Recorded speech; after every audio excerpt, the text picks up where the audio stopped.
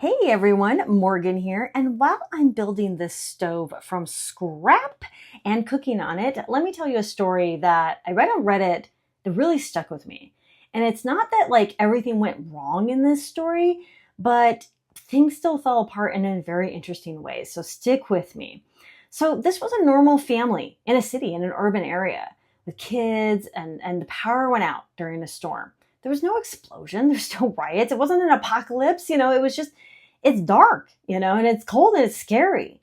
And well, they thought they were prepared, like most of us. We always see those comments of like, oh, I'm prepared, I'm ready, whatever comes my way. Well, these people thought that too, right? I think we all kind of think that, but then at the same time, we're always kind of like, wait, are we prepared? Like I want to be as best prepared as we can. And let me tell you that no matter what you hear from the story or whatever, you are prepared. If you are taking steps forward, you are getting prepared. Okay. So don't worry if like, oh, I don't think I'm prepared. You are. Just keep taking those steps. Preparedness is a lifestyle. It's a journey. It's not a race. So don't feel crazy about this. But anyway, but they had food, like they had flashlights and, like their phones were charged and all that.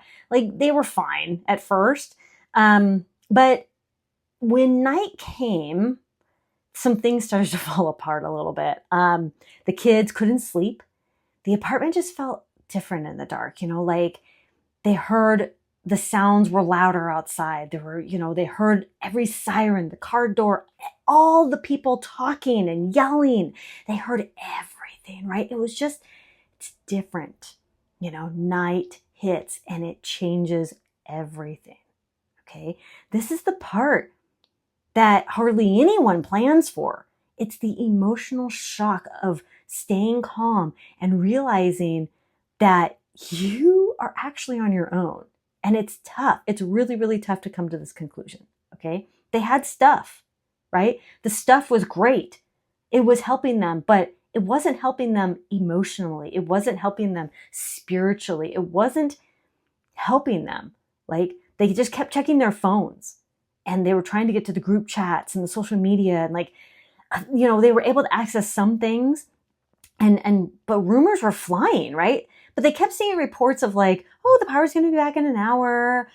Oh, well, maybe 2 hours. Oh, well, maybe it'll be back tomorrow. Like it just kept upping. I've actually been in a situation exactly like that. That it was actually our most recent blackout.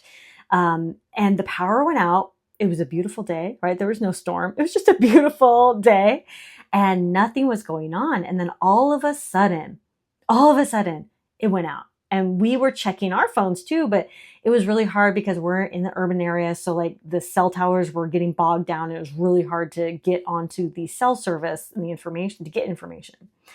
Anyway, when we finally got the information, we were like, okay, it's going to be back in a couple hours. Okay, it's going to be back by 9 o'clock, by 10 o'clock, 11. It literally kept upping. And it wasn't on, I think, until like 5 or 6 a.m. the next morning. Anyway, you just don't know when it's going to come back on. And that's it, because you cannot control the electricity. You cannot control these things. There are many things you can be in control of, like your trust in the Lord and like your ability to handle these situations. Okay. Anyway, so back to the story. One neighbor knocked and asked if they knew what was going on. And another neighbor, I guess, asked and they had candles. So, like there were some people, their neighbors that were uncertain what's going on. And they were like, freaking out. And then suddenly the problem wasn't the outage. It was the uncertainty that was spreading through the building. Like people were getting wild, right? Emergencies turn social extremely fast. And this is why I always say that information is power. The lack of information can fuel your fear, or the power of information and being informed can fuel your confidence. So, knowing what's going on can be good, but also having the confidence that your preps will get you through is also good information, right? I have that disaster plan that's going to get me through. I have this stuff that's going to get me through, right? This is good information to know, right? So anyway, they realized they hadn't eaten a real meal.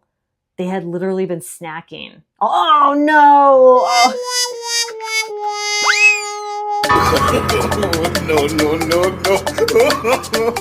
No. Okay, I was able to save like half the soup, so I decided to start the stove again and put it on. I couldn't believe that happened. It's a big pot for this stove, to be honest. It's a really big pot for this stove. Okay, let me finish this story. So they realized they hadn't eaten a real meal. They had snacks all day. It was sugar, stress. They tried to cook on an electric stove out of habit, but of course there was nothing, because the lights were out.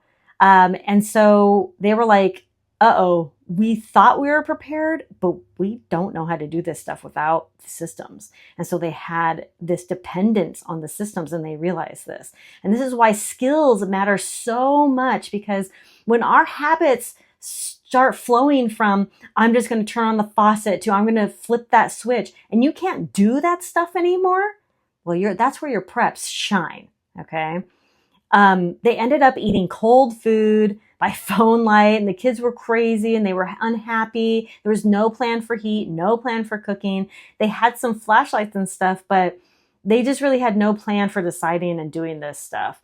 So preparedness is decision-making under stress, and plan to be comfortable and decisive. Practice being uncomfortable, but also practice with your preps. Have a way to cook, have a way to communicate, and have a way to calm your household and be the calm within the storm, whether that's a metaphor or not, okay?